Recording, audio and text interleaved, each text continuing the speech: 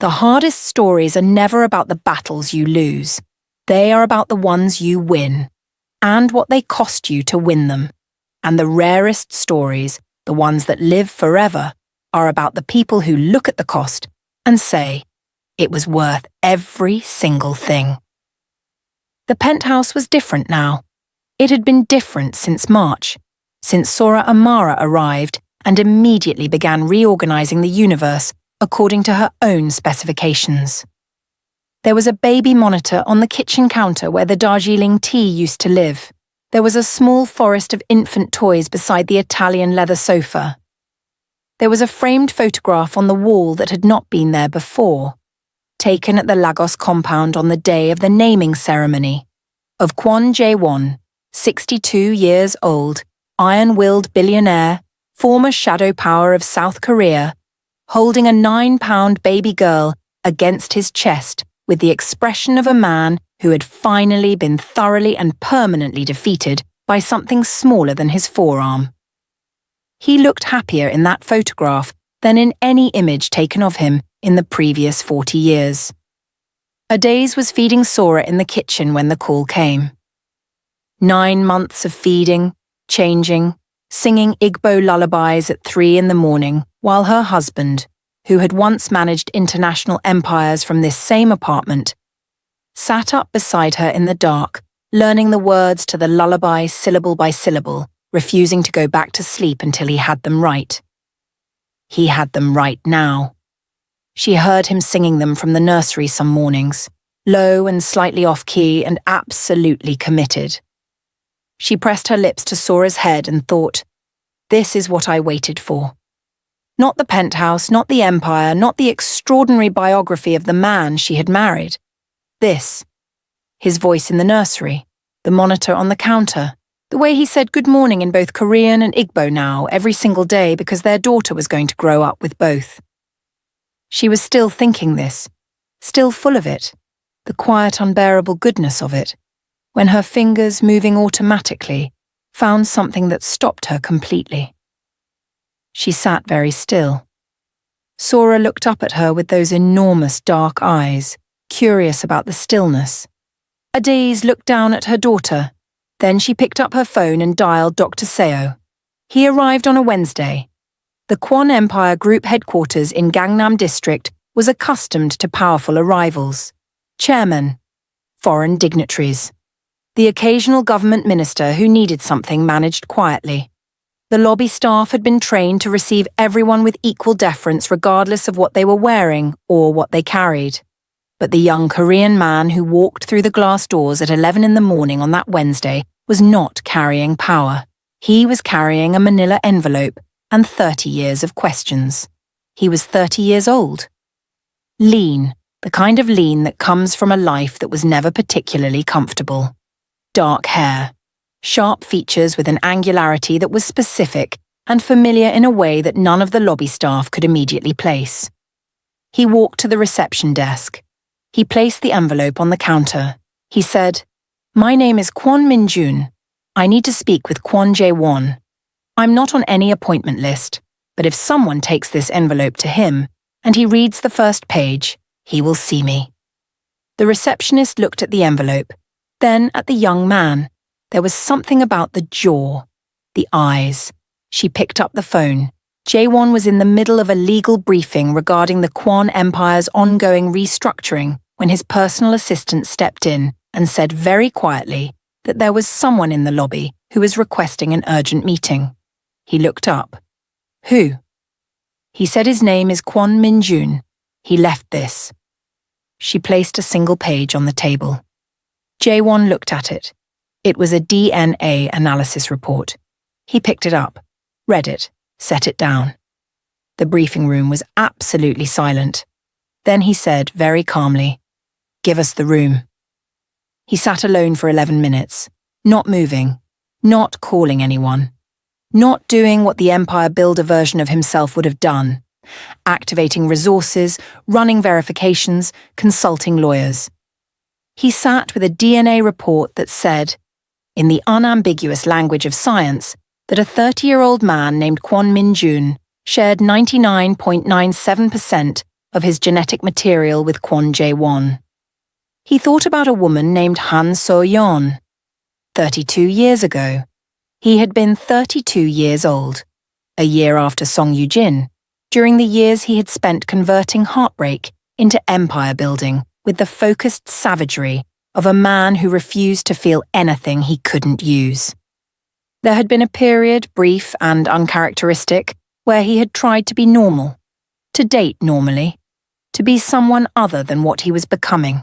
So-yeon had been warm and intelligent, and she had liked him genuinely, which had frightened him more than anything else, which was precisely why he had eventually retreated back into the work.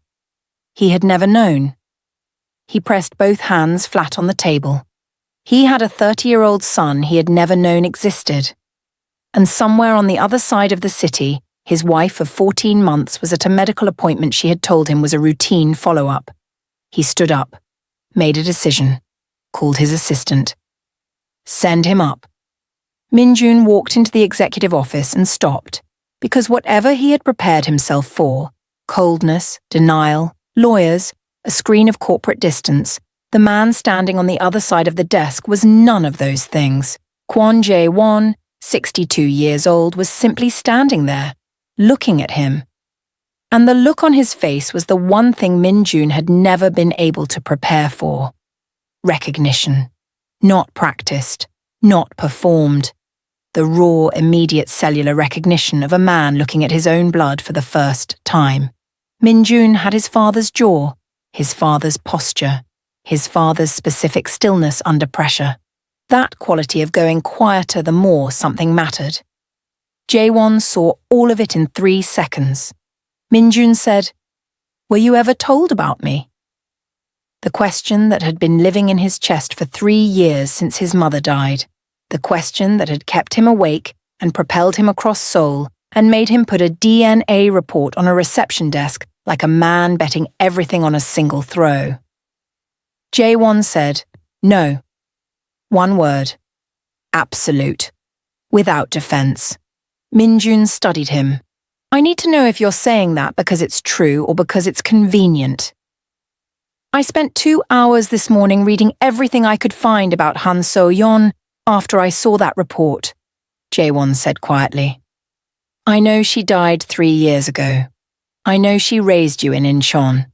I know she worked 2 jobs for most of your childhood. I know that none of that was necessary. That I had resources that could have changed every part of your life, and I didn't know because she chose not to tell me." He paused. "I don't say that to excuse myself. A better man would have made sure she had what she needed regardless. I wasn't a better man at 32. The office was very quiet. "Are you now?" Minjun asked, not with hostility, with the genuine, guarded, necessary caution of a 30-year-old man who has learned that hope is expensive. Jae-won thought about the most honest answer he could give. "I'm trying," he said. "I have a wife who would tell you I'm significantly improved and a 9-month-old daughter who would tell you I have no idea what I'm doing. Both of them are correct." Something moved in Minjun's face, something almost involuntary. "You have a daughter. Her name is Sora Amara. She is 9 months old and she already understands that she runs this family." For the first time, just briefly, Minjun almost smiled. She didn't tell him that evening. She sat through dinner, Jae-won clearly carrying something enormous from his day, carefully not asking her about hers. And she watched him hold Sora and sing the lullaby and put the baby to bed with the particular focused tenderness that still, after 9 months, made her catch her breath every time. She didn't tell him because she needed to know more first. She needed to know how large the thing she was carrying actually was before she asked him to carry it with her. Because that was who she was. Had always been, even in the part of her that was still learning to stop protecting people she loved from the truth. Dr. Seo had been gentle, precise. "There is a mass, Adise, in the left breast. The preliminary imaging is concerning. I want to do a biopsy before I say anything more definitive." "What does concerning mean?" It means I don't want to give you a diagnosis based on imaging alone, but I want to do the biopsy this week. She had nodded, made the appointment, walked out of the clinic into the sole afternoon with the same composure she had walked into every other room that had tried to reduce her. She pressed her grandmother's bracelet with her right hand as she hailed a taxi. She did not cry. She thought, I have survived everything else. Then she thought, but Sora is 9 months old, and that thought, the specific, irreversible tenderness of that thought, was the one that came closest to undoing her on the taxi ride home. She told him 3 days later, after the biopsy, after the results, after she knew the actual shape of what she was dealing with, she chose the kitchen.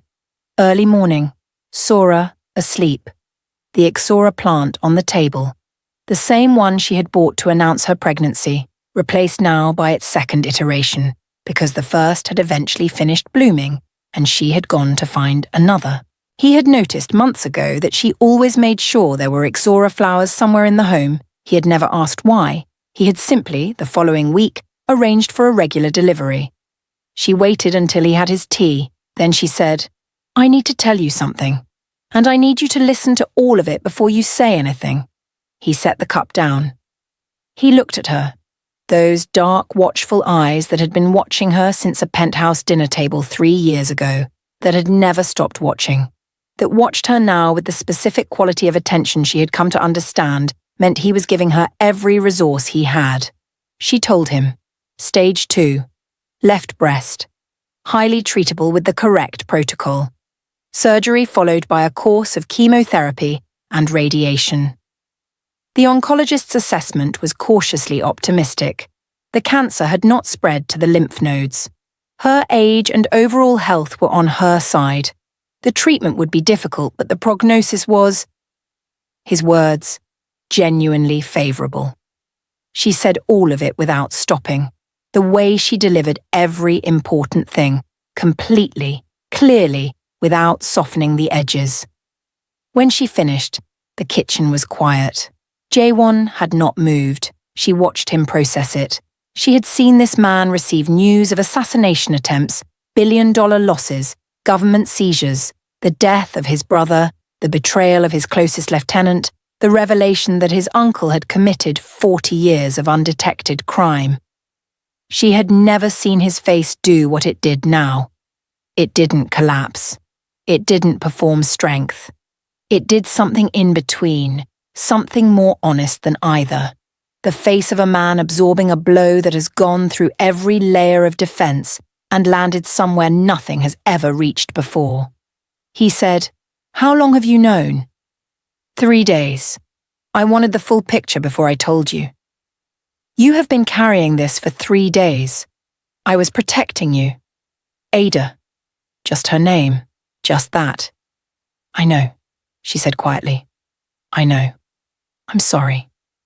He stood up slowly, walked around the table, crouched in front of her the way he had crouched in the Lagos factory on the morning everything broke and rebuilt, on the same level as her, neither above nor below.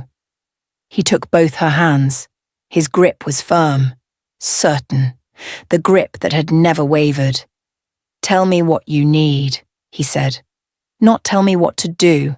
Not I'll handle it, not any version of the empire builder reaching for control. Tell me what you need, she looked at him. I need you to not cancel your life for me, she said. I need you to keep being her father and my husband, and not make this illness the center of everything we are. I need Adaeze. What? I'm going to do all of those things, he said, and I am also going to be in every single room with you. Every appointment, every treatment, every day this takes. That is not negotiable. That is not cancelling my life. That is my life. She looked at him for a long time.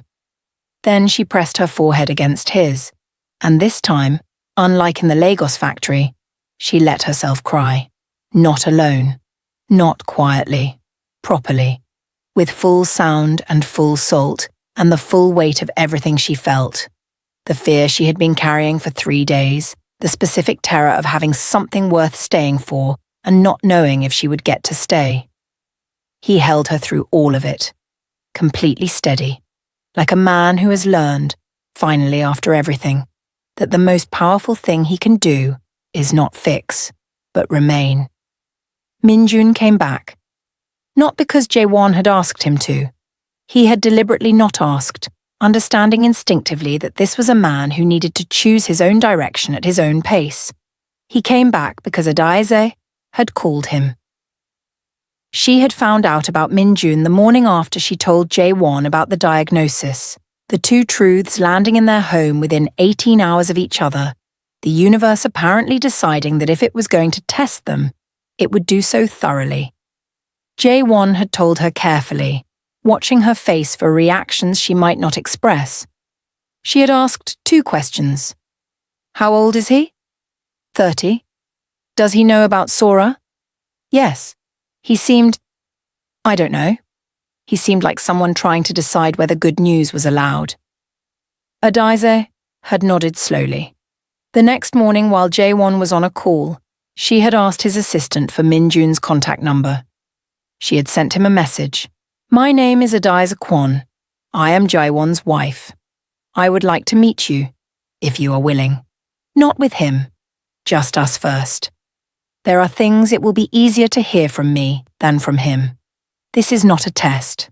I am simply someone who understands what it is to receive complicated news about this family and need a neutral person to process it with. Minjun had stared at the message for a long time. Then he had replied, when? They met in a small cafe in Mapo. Deliberately not any place associated with the KWON Empire, not any place that would feel like territory. Adise arrived first. Gold bracelet, simple dark coat, Sora in a baby carrier against her chest. Warm and drowsy and completely unfazed by being in a cafe. Minjun walked in and stopped when he saw the baby.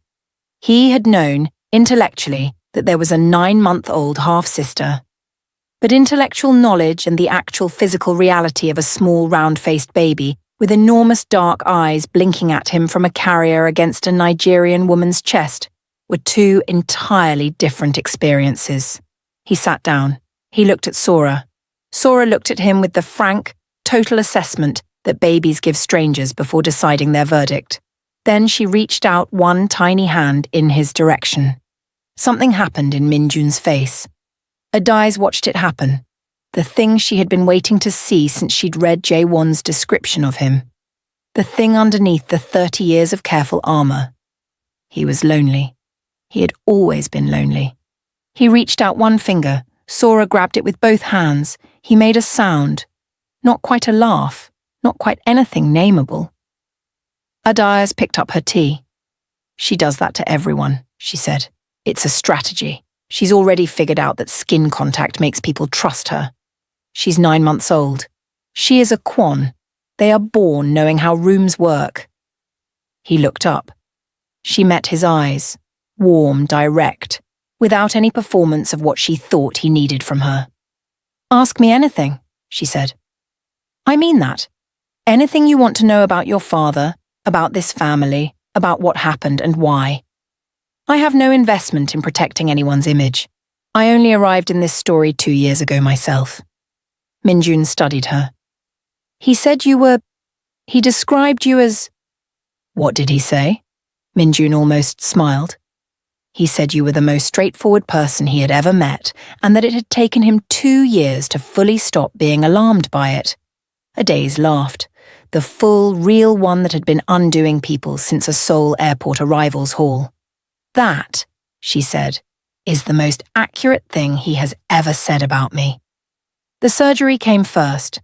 Jae-won was there, not in the corridor, not in the waiting room. He had arranged, through means that were technically irregular and involved a private donation to the hospital's new oncology wing, to be permitted in the pre-op room until the moment she was taken through. He held her hand until the doors required him to let go. And then he sat in the private waiting room for 4 hours and 40 minutes, alone, because he had not told anyone except Chisom. And Chisom was in Lagos managing the foundation, and he had specifically deliberately not called his mother or Minjun or any of the people who would have come immediately and filled the silence with love but also taken from him the privacy of being afraid. When the surgeon came out, Jae-won stood. The surgery went well, clear margins. We are optimistic about what we found. The oncology team will discuss the follow-up protocol with you both tomorrow. Jae-won said, "Thank you." Then he sat back down, pressed both hands over his face, and allowed himself for exactly 4 minutes to feel everything he had been holding with absolute steadiness for 3 weeks. Then he put it away, stood up, and went to find his wife. Chemotherapy began 6 weeks after surgery. Adise had been characteristically thorough in her preparation. She had read everything. She had asked the oncologist every possible question. She had organized the schedule around Sora's care, around the foundation's operations, around Jae-won's restructuring work, refusing to let the treatment become the organizing principle of the household. The first session was at 9 in the morning. Jae-won drove her himself. He sat beside her through every hour of the first infusion, in a chair he had apparently arranged to have permanently reserved in the treatment suite, along with a side table for his laptop, because he had grasped correctly that Adaeze would be less comfortable if he sat there doing nothing and would feel better if he was working while she was treated. So he worked, and periodically looked up to check on her, and periodically she looked up from her own book to check on him. They were, the nurses later agreed among themselves in whispers, the most quietly extraordinary couple any of them had ever treated. It was Minjun who broke first. He had been receiving updates from Adaeze's messages, brief, factual, deliberately undramatic in her characteristic style. First session complete. Tired but fine. Sora has decided crawling is beneath her and is attempting to walk at 9 months. Classic.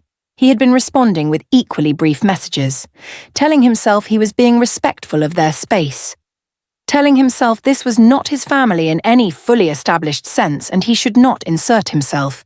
He lasted 3 weeks. Then he appeared at the penthouse. No call ahead, just a knock. Jae-won opened the door. Minjun stood there with a container of homemade doenjang jjigae, the fermented soybean stew, which was slightly alarming because the smell was magnificent and Jae-won had been trying and failing to cook the same dish for months. "My mother taught me," Minjun said without preamble. She said it was the only Korean dish with the authority to make a sick person feel less sick. "I don't know if that's medical fact or not, but—" "Come in," Jae-won said. The 4th treatment session landed on a Thursday that also happened to be a day when Jae-won had an unavoidable meeting with the government restructuring committee. The one that had been scheduled for 2 months and involved 3 ministries and could not, his legal team informed him, be rescheduled without significant consequences to the empire's legitimacy negotiations. He had been planning to cancel it anyway. Adise had found out and had spent 20 minutes explaining in careful, precise, absolutely immovable terms why he was going to attend the meeting. "The session is 4 hours. Chisom is flying in tomorrow. Today Minjun has offered to come. You will be at your meeting and then you will come directly to the hospital, and I will still be there and everything will be fine.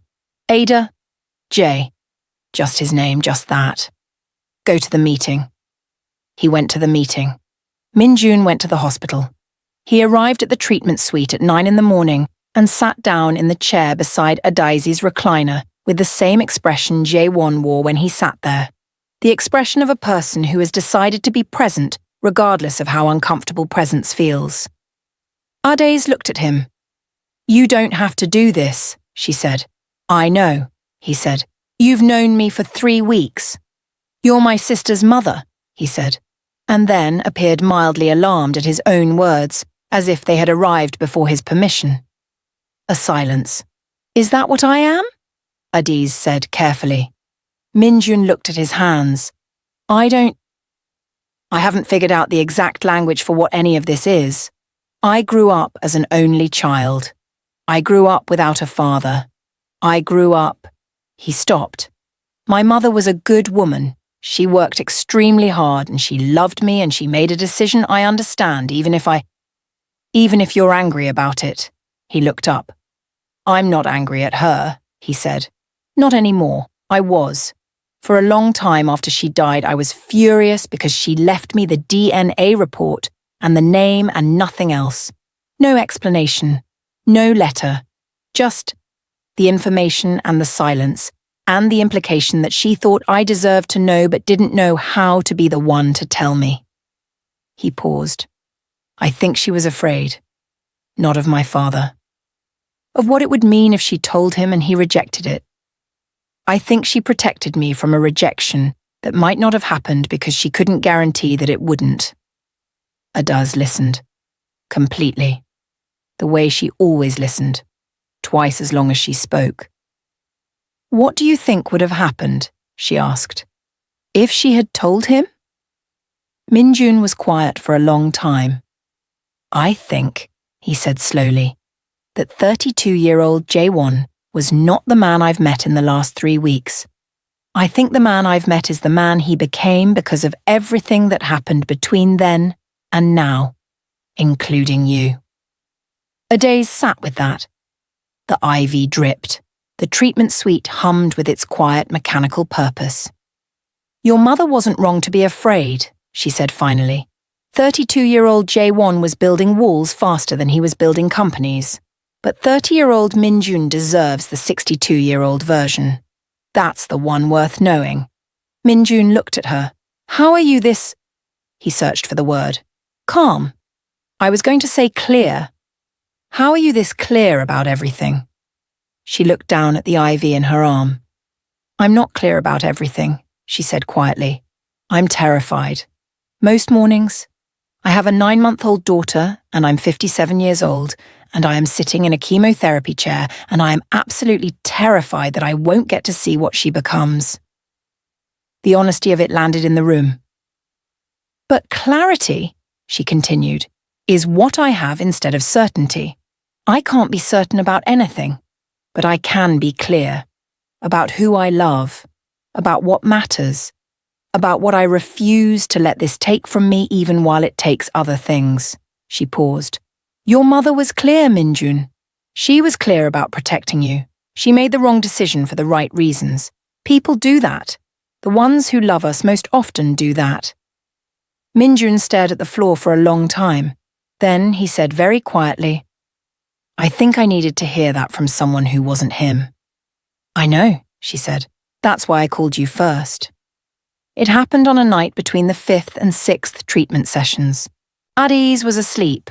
The side effects had been building, fatigue, nausea, the specific desolation of a body being put through a necessary war. And she now slept deeply and early in a way she never had before. Sora was asleep. The penthouse was quiet in the way it had been quiet in the prologue of Part 1, but different now. The silence had weight in it. Jae-won sat at the kitchen table. The Ixora plant was on the table. He had replaced it 4 times, quietly, without announcement, simply ensuring there was always one. She had noticed. She had said nothing except to touch it sometimes when she passed. He sat with a glass of water he wasn't drinking, and his phone face down, and he stared at nothing. He had been managing it perfectly. He had been at every session. He had worked in the treatment room and driven her home and cooked the things she could still stomach and held Sora during the hard afternoons and called his mother every 3 days with measured, reassuring updates. He had met with the oncologist alone once, without Adaze's knowledge, which she would have disapproved of, and which he had done anyway, because he needed to look the doctor in the eyes and ask the question he could not ask in front of her. What is the realistic outlook? Not the optimistic one, the realistic one. The doctor had looked at him carefully. Mr. KWON, the realistic outlook is cautiously positive. The surgery results were better than we initially hoped. The tumour markers are responding to treatment. 57 is young for this diagnosis. She is fit and healthy and, frankly, she is one of the most disciplined patients we have treated in terms of compliance and attitude. And the risk. There is always risk. I won't tell you there isn't. But if you are asking me whether I expect her to watch her daughter grow up, my honest answer is yes. I do. He had nodded, thanked the doctor, walked to his car, sat in the parking structure for 8 minutes, then driven home. He had not told anyone about that conversation. Not Adise, not Chisom, not Minjun. He had carried it the way he carried everything, alone, internally, with the contained precision of a man who had spent 60 years treating his own emotions as classified information. And now, at the kitchen table at 12:30 in the morning, something he had been holding for 2 months ran out of room. He heard a sound from the hallway. Minjun appeared in the kitchen doorway. He had been staying in the guest room for the past week, initially at Adaze's invitation, subsequently because leaving had stopped feeling like a real option. He was 30 years old and he had his father's eyes, and he stood in the kitchen doorway at 12:30 in the morning and looked at a 62-year-old man sitting alone at a table with an untouched glass of water. He understood immediately. He didn't say anything. He went to the cabinet, found a second glass, filled it with water, and sat down across the table. They sat in silence for a long time, 2 men with the same jaw and the same instinct for quiet. One of them 62 and terrified of losing the person who had made him human again. The other 30, and only just beginning to understand what it felt like to have someone worth being terrified of losing. Minjun said, "She's going to be okay." Jae-won looked at him. "You don't know that?" "No," Minjun said, "but she told me something during the 4th session. She said, 'I'm not planning to go anywhere. I'm just being prepared.' And then she said, and I'm quoting exactly, 'Your father told me once to prepare to stay. I'm following his instructions.'" She said it like it was funny. Something moved in Jae-won's face. "She remembers everything," he said, almost to himself. "She remembers everything," Minjun agreed. A silence. Then Jae-won said something he had never said out loud to anyone. "I have faced everything in my life with a plan. I have never faced anything I couldn't outmaneuver or outlast or outbuild. I built an empire from nothing because I refused to be powerless. And this." His voice was measured, precise, losing precision at the edges. "This is the one thing I cannot build or buy or strategize around, and it is the one thing I cannot afford to lose." Minjun was quiet.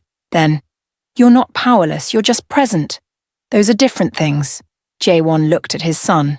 His 30-year-old son who had grown up without him, raised by a woman who worked 2 jobs, arriving in his life carrying 30 years of complicated feelings and a container of homemade stew, and apparently the specific kind of quiet wisdom that only comes from growing up learning to depend entirely on yourself. He said, "Your mother raised you well." Minjun looked at the table. "She did. I'm sorry I wasn't there to help her." The words had no ornament, no qualification, no strategic framing.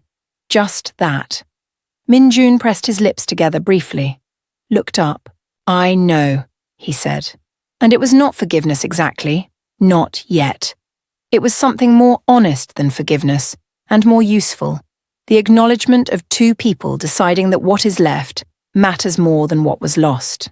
They sat at the table until 2 in the morning, talking about things that had no agenda.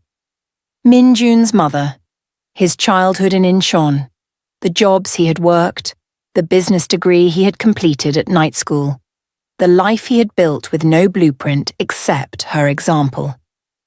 Jae-won listened the way Adise had taught him to listen, twice as long as he spoke.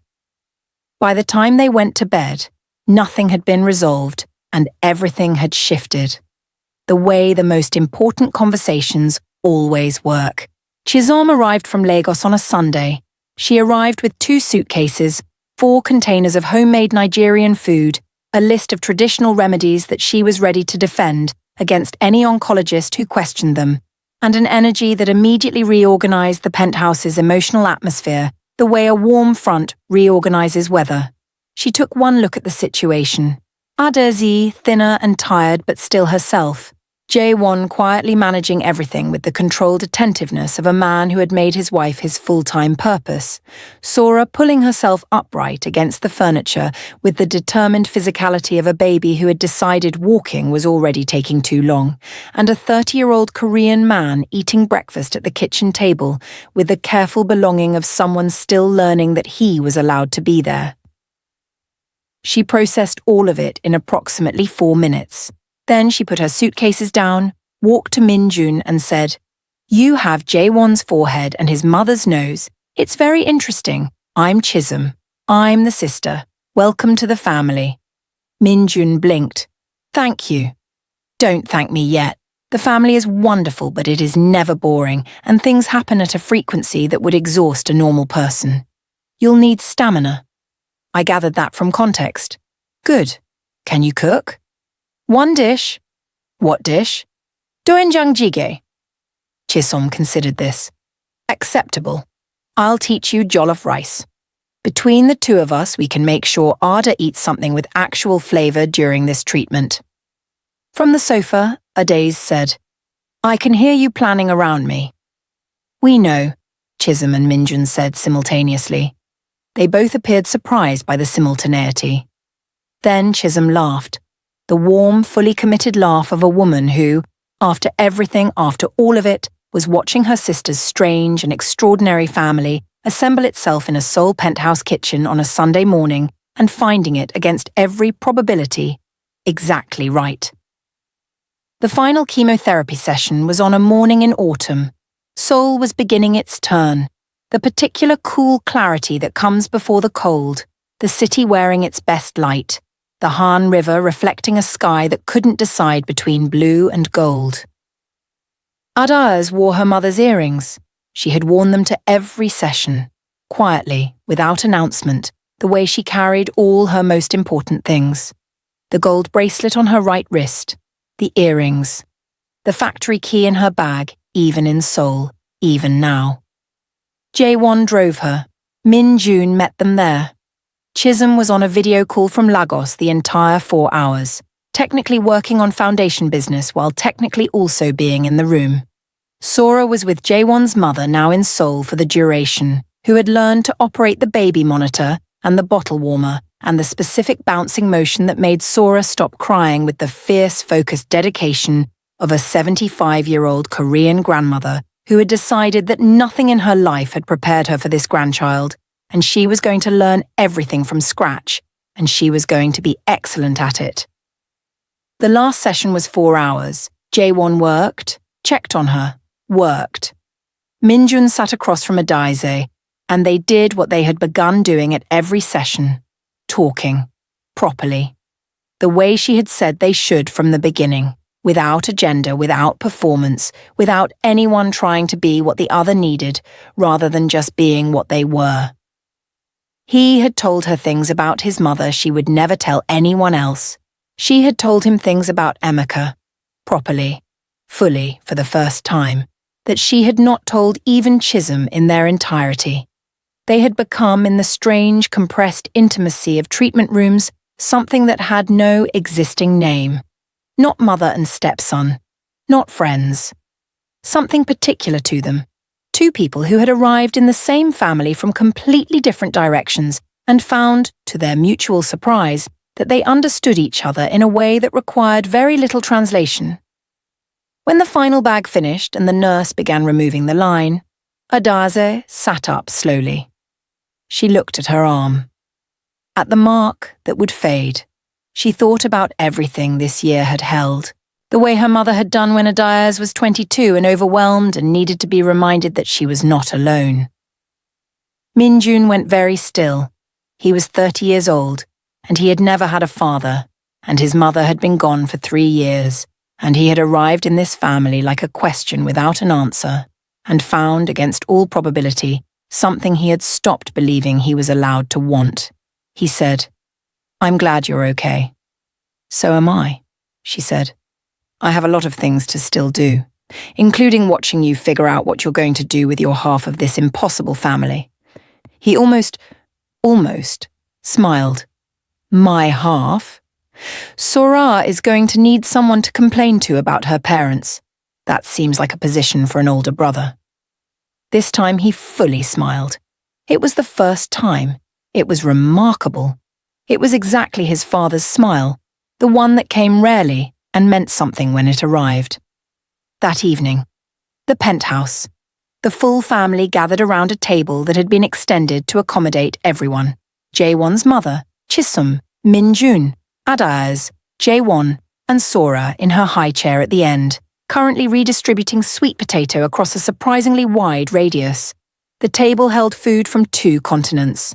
Chisom's jollof rice beside Minjun's doenjang jjigae, beside Jae-won's mother's japchae beside the fried plantain that Adise had insisted on making herself despite everyone's protests, standing in the kitchen for 45 minutes while 3 people hovered anxiously in the doorway. The plantain was perfect. She had made it perfectly. Of course she had. After dinner, after the table was cleared and Sora was asleep and the Seoul night was blazing beyond the penthouse windows, Jae-won said he wanted to say something. Everyone looked at him. He reached into the inside pocket of his jacket. He placed a document on the table. He said, "This is an amendment to the KWON Empire Founding Charter. I had it drawn up 3 weeks ago." He looked at Minjun.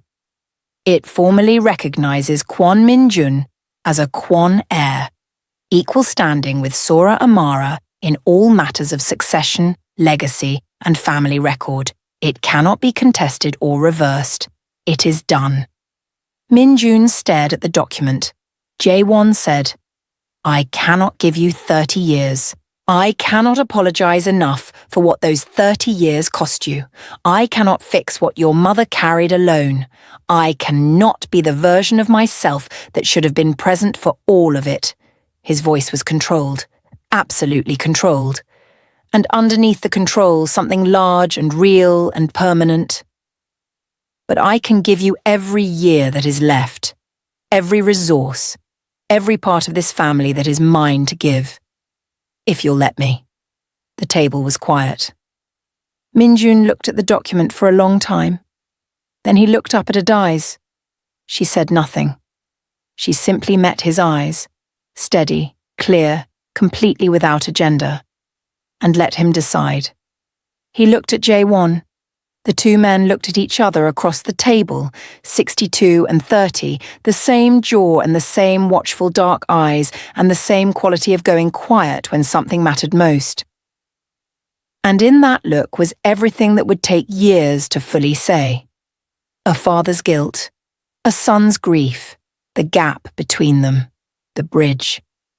Minjun put his hand on the document. He said, "She's going to need an older brother who can cook." Chisom burst into tears immediately and completely, the way she had burst into tears at every significant moment of this entire story, which was exactly right. Jae-won's mother laughed. A Korean grandmother's laugh, short and warm and completely genuine. Adise pressed her grandmother's bracelet to her lips and looked at the table. At all of it, every person at it, and thought about her mother and her grandfather and Emeka and a boardroom in Lagos and a dinner table in Seoul and a factory at dawn and a hospital garden in autumn. She thought, everything that was taken from you was only ever making room. She looked at her husband. He was already looking at her. He mouthed across the table in Igbo, badly pronounced, the Igbo of a 62-year-old Korean man who had been learning since the year their daughter was born, who would be learning for the rest of his life because that was who he was. "Dalu? Thank you." She shook her head slowly, smiling. "You mispronounced it," she said. "I know," he said. "I'm working on it." 6 months later. Spring returned to Seoul the way it always does, suddenly, insistently, as if the city had decided that winter had gone on long enough. The rooftop garden was in full bloom. Ixora flowers, deep orange. Korean plum blossoms. The 2 of them growing beside each other the way they had for 2 years now. Not competing, not requiring each other to be something different, simply sharing the same space and light, and finding that there was enough of both for all of it. Adaeze sat at the small table, Her hair was growing back. The chemo had taken it and she had worn it with the same composure she wore everything, and now it was returning, soft and close-cropped, and Jae-won had told her once quietly that she was the most beautiful she had ever been. She had told him he was biased. He had said, "Completely. It doesn't change the fact." She was reading. Sora, 15 months old, walking now with the magnificent, unsteady confidence of someone who had decided that bipedalism was non-negotiable. Came through the rooftop door at a determined totter, reached the table, grabbed her mother's knee, and said her second word. Her first word had been Appa, the Korean for father, which Jae-won had received with an expression so overwhelmed he had had to leave the room briefly. Her second word was Ne, Igbo for mother, which Adaeze had received by pressing her face into her daughter's neck and staying there for a very long time. Now Sora looked up at her mother, grabbed her knee and said, "Ma." Close enough. Adise lifted her daughter into her lap. Below the rooftop, somewhere in the penthouse, she could hear two voices, Jae-won's and Minjun's, in conversation. The low, slightly formal register they had started with, gradually becoming something warmer. They were talking about the Foundation's new Lagos expansion. Minjun had joined the board 3 months ago, bringing a perspective on ground-level community development that Jae-won told Adise, privately, was better than anything his own teams had produced. "He got it from his mother," Jae-won had said. "He got some of it from you," Adise had replied. "I'm choosing to believe that. You should. It's true." She sat on the rooftop with her daughter in her lap, and the ixora flowers and the plum blossoms, and the whole of Seoul blazing below. She was 57 years old. She had waited 30 years, buried one love, built an empire from her grandfather's fabric and her mother's fury. She had walked into the most dangerous room in South Korea with her chin up and her grandmother's bracelet on. She had carried a miracle and disappeared and come back and told the truth and sat in chemotherapy chairs and held her family together at its most fractured and most whole. She pressed the bracelet to her lips. She thought about her mother. Don't give yourself to anyone who doesn't understand what they are receiving. He understood. He had learned. He was learning still. Every day. Imperfectly. With the intense focused commitment he gave everything. The Korean billionaire learning Igbo and learning fatherhood and learning what a son is when you receive one at 62 and learning over and over how to be present instead of powerful. She heard the rooftop door. He came through it with 2 cups of tea. Darjeeling, always Darjeeling. The research he had done on her before they met had included this, and he had never stopped. And sat down across from her.